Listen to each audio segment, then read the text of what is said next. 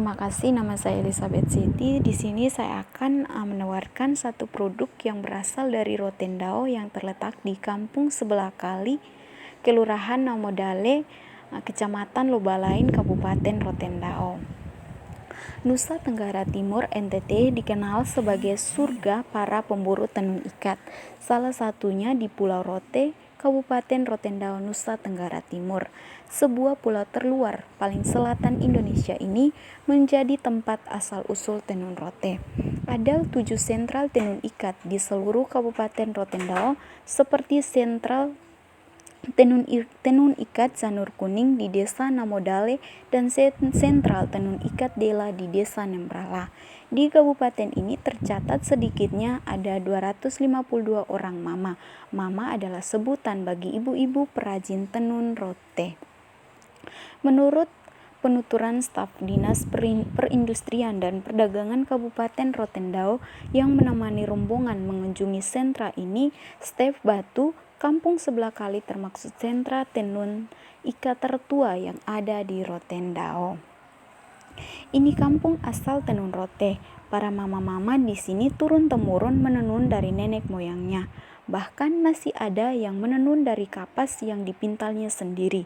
Ragam tenun rote baik motif asli hingga modifikasi dengan dominasi warna hitam, putih, dan merah ditawarkan di kampung ini.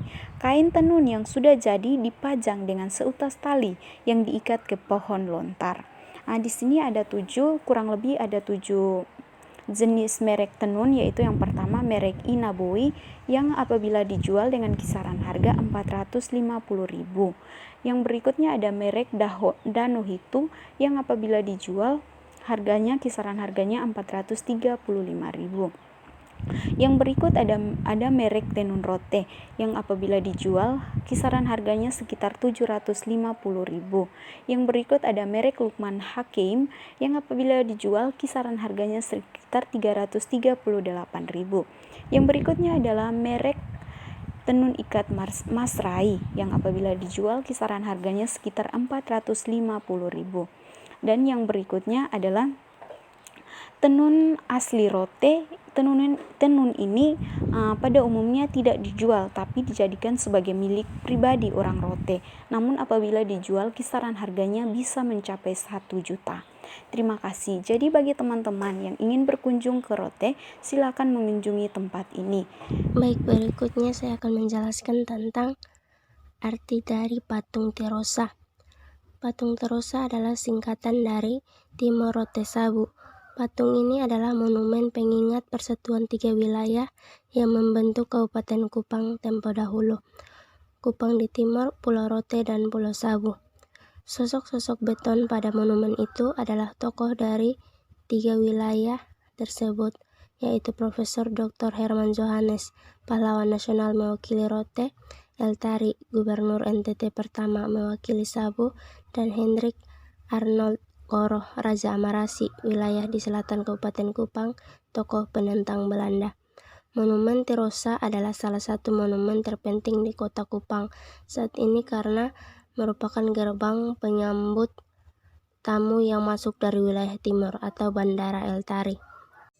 Pantai Lasiana dikenal sebagai kota yang panas dan kering.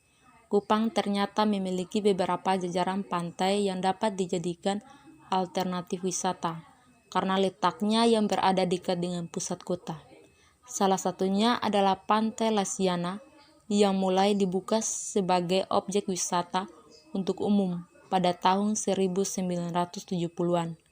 Pantai landai dengan luas 3,5 hektar ini dihiasi oleh sekitar 65 pohon kelapa dan 230 pohon lontar yang berjajar di sepanjang hamparan putih pantai ini.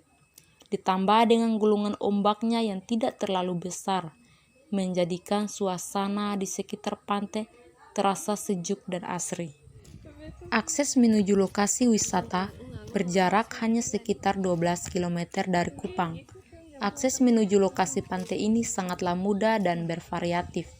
Waktu tempuh dari Kupang ke Pantai Lasiana memakan waktu sekitar 15 menit dengan kondisi jalan yang sudah beraspal halus. Pengunjung dipungut tiket masuk Rp2.000 per orangnya, dan biaya tambahan untuk parkir Rp1.000 untuk sepeda motor dan Rp3.000 untuk mobil atau roda 4. Pantai Lasiana sudah dilengkapi oleh beberapa fasilitas penunjang untuk para pengunjungnya. Di pantai ini terdapat perkiosan, kafe, warung makan, kolam renang, panggung hiburan rakyat, arena bermain anak, dan juga homestay. Warung-warung kecil yang berjajar di sekitar area parkir pantai menyediakan minuman dan juga makanan ringan. Di Pantai Lasiana banyak juga dijumpai lopo-lopo bangunan khas Timor yang beratap alang-alang atau ilalang. Di Pantai Lasiana Anda cocok untuk melaksanakan aneka macam acara seperti memancing, berenang, berselancar, bermain sepak bola, karaoke, dan berjemur. Bila datang di pantai tempat wisata Kupang ini, pengunjung bisa menyaksikan di sepanjang pinggir pantai banyak terdapat pohon tinggi yang makin mempercantik pemandangan Pantai Lasiana. Keindahannya lainnya yang terdapat di Pantai Lasiana ini ialah menyaksikan matahari tenggelam di Pantai Lasiana yang sangat indah. Nama lengkap saya Gregoriana Daten, kelas 3A, Fakultas Ekonomi dan Bisnis Universitas Nusa Cendana Kupang. Baik, di sini saya akan menjelaskan produk saya, yaitu produk Tuan Ma, salah satu patung yang berada di Flores Timur, tepatnya di Larantuka, Nusa Tenggara Timur. Nah, berdasar kepercayaan nenek moyang pada waktu itu, Tuan Ma berawal 5 abad lampau. Berdasarkan penelitian dan sejumlah sumber tertulis dalam bahasa Belanda dan Portugis, patung Tuan Ma ditemu sekitar tahun 1510 di pantai Larantuka. Diduga patung itu terdampar saat kapal Portugis atau Spanyol karam di laut. Konon saat itu seorang anak laki-laki bernama Resiona menemukan patung itu berwujud perempuan saat mencari siput di pantai Larantuka. Kala itu Resiona mengakui melihat perempuan cantik. Ketika ditanya nama serta dari mana datangnya, perempuan tersebut hanya menunduk lalu menulis 3 kata yang tak dipahami Resiona di pasir pantai tersebut. Setelah itu, ketika mengangkat mukanya, rupa wanita itu berubah menjadi patung kayu. Ketiga kata yang ditulis itu lalu dibuatkan pagar batu agar tidak terhapus air laut, sedangkan patung setinggi 3 meter tersebut langsung diarak keliling kampung memasuki korke rumah-rumah pemujaan milik setiap suku yang ada di sana. Masyarakat sekitar Larantuka menyebut patung ini sebagai Tuan Ma. Secara harfiah, Tuan Ma berarti Tuan dan Mama. Masyarakat Lama Holot menyebutnya Rela Wulan Tanah Ekan atau Dewa Langit dan Dewa Bumi. Menurut Raja Larantuka Don Andreas Martinho DVG, sekitar tahun 1510, masyarakat Larantuka sudah melakukan devosi kepada Tuan Ma setiap Februari sebagai syukuran atas hasil panen dan tangkapan dari laut. Devosi merupakan kegiatan di luar liturgi gereja, praktik-praktik rohani yang merupakan ekspresi konkret keinginan melayani dan menyembah Tuhan melalui objek-objek tertentu. Ketika padri dan ordo Dominikan datang ke kampung itu, lalu diminta membaca 3 kata yang diabadikan itu terbaca Reina Rosario Maria. Reina Rosario Maria. Ketika melihat patungnya, padri itu terharu dan berkata bahwa itulah Reina Rosari yang dikenal juga sebagai patung Mater Dolorosa atau Bunda Kedukaan atau Mater Misericordia. Sekitar tahun 1561, penyebaran agama Katolik oleh Portugis dimulai di Pulau Solor, yang kemudian dikenal Misi Solor dengan menetapkan 3 misionaris, yaitu Pater Antonio da Cruz Ope, Simao das Sagas Ope, dan Bruder Alexio Ope di sana. Nah, sampai detik ini patung itu masih ada Dan untuk setiap misinya sudah menjadi tradisi umat agama Katolik di Larantuka. Pada saat menjelang Paskah, patung Tuan Ma ini akan diarahkan untuk mengelilingi kota Larantuka, terkhususnya mengelilingi katedral untuk memperingati 5.000 tahun yang lalu. Sampai detik ini juga tradisi tersebut masih dibudayakan.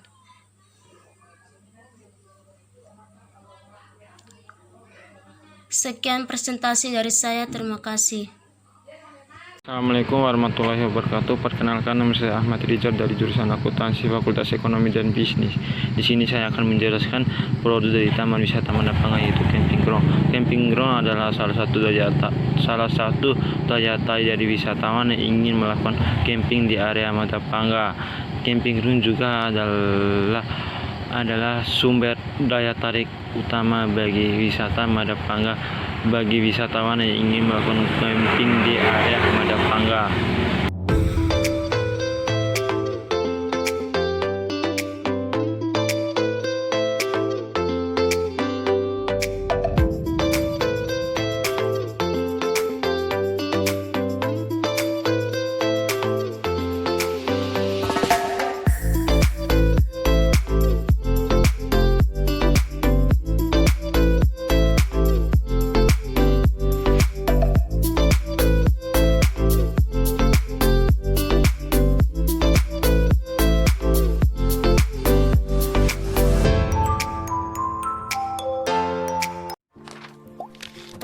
Perkenalkan, nama saya Marta Victoriasa yang biasa disapa dengan Ata, dari kelas 3A jurusan Akuntansi Fakultas Ekonomi dan Bisnis Universitas Nusa Cendana.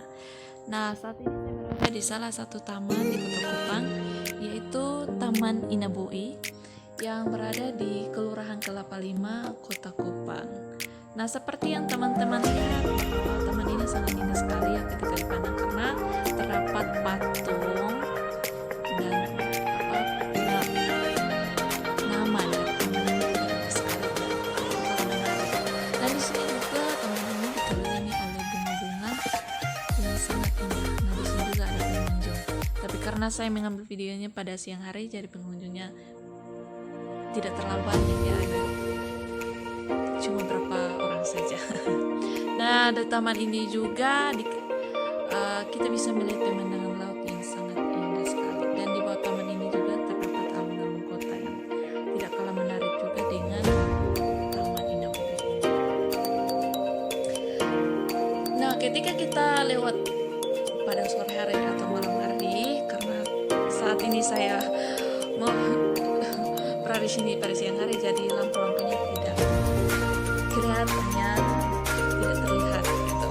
Tapi kalau lewat pada malam hari, maka tamannya atau lampu-lampunya sangat indah dan keren sekali, dan dimana selalu memanjakan mata. Taman Inabui ini yang dalam bahasa Rote yang artinya ibu tersayang.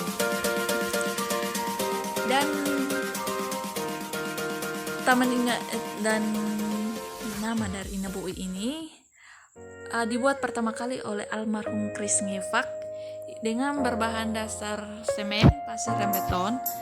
Dan pada tahun 2019 diganti dengan kuningan yang menelan biaya hingga 900 juta. Dan dikerjakan oleh seniman asal Yogyakarta yang dimana bernama Amboro Lireng. Dan Amboro Lireng ini juga yang mencetak tapak tangan dan tapak kaki para mantan presiden dan Republik Indonesia sekarang, yaitu Bapak Joko Widodo. Nah, mengenai taman ini sebelum indah dan cantik sekali, ya, seperti kita lihat sekarang, Bapak Gubernur Nusa Tenggara Timur menjelaskan bahwa sebelum ini taman ini tidak terurus dengan baik karena kondisi patung Inabui sudah mulai rusak karena tidak tahan terhadap cuaca. Nah, di sini Bapak Gubernur mereka mengkaji dengan baik termasuk bentuk sesando.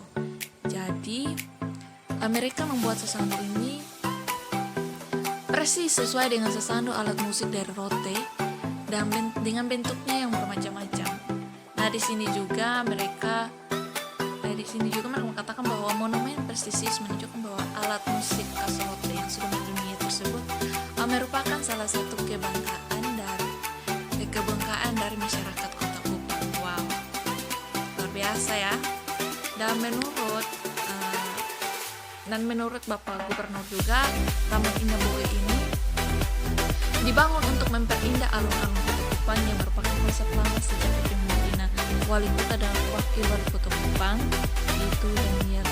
yaitu Bapak Daniel Adu dan Daniel Horek. Ya, maaf ya, salah nama. Dan dalam penataan runtuhan Taman Indah Boe ini juga sebenarnya sudah out of date, tetapi mereka selalu tetap terikat karena desainnya yang sudah dibayar oleh pemerintah sebelumnya, sehingga mereka melanjutkan pengerjaannya agar tidak terjadi kerugian negara, dan mereka menatanya dengan menambah pohon-pohon sekelilingnya dan pembangunan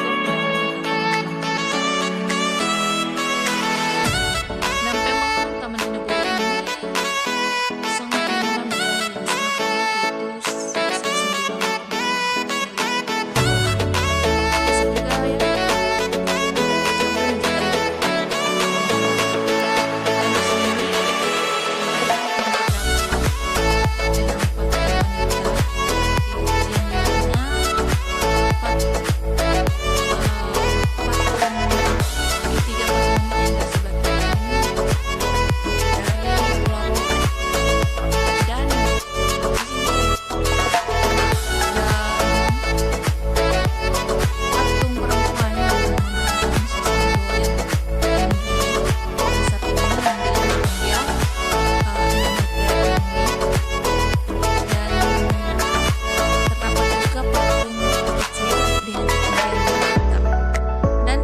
kiri ini